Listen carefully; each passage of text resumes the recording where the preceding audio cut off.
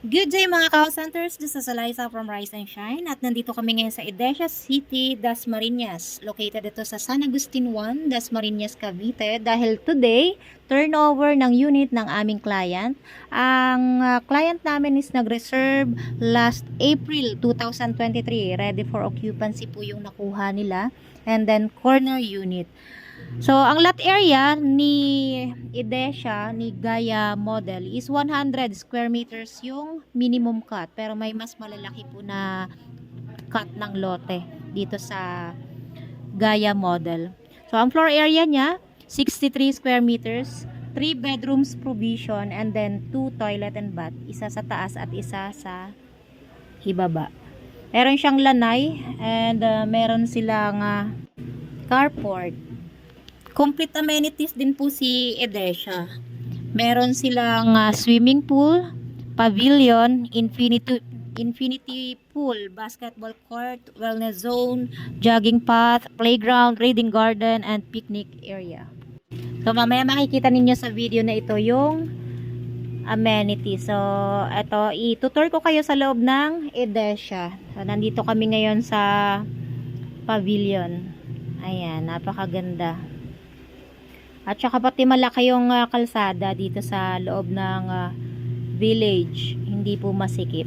So, high class amenities. So, meron silang covered court. And then, meron din silang indoor gym. Ayan. So, pasok tayo sa loob.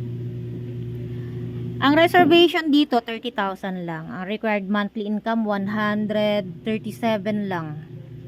Ayan. So, ang client namin is virtual assistant. HR siya sa isang US company.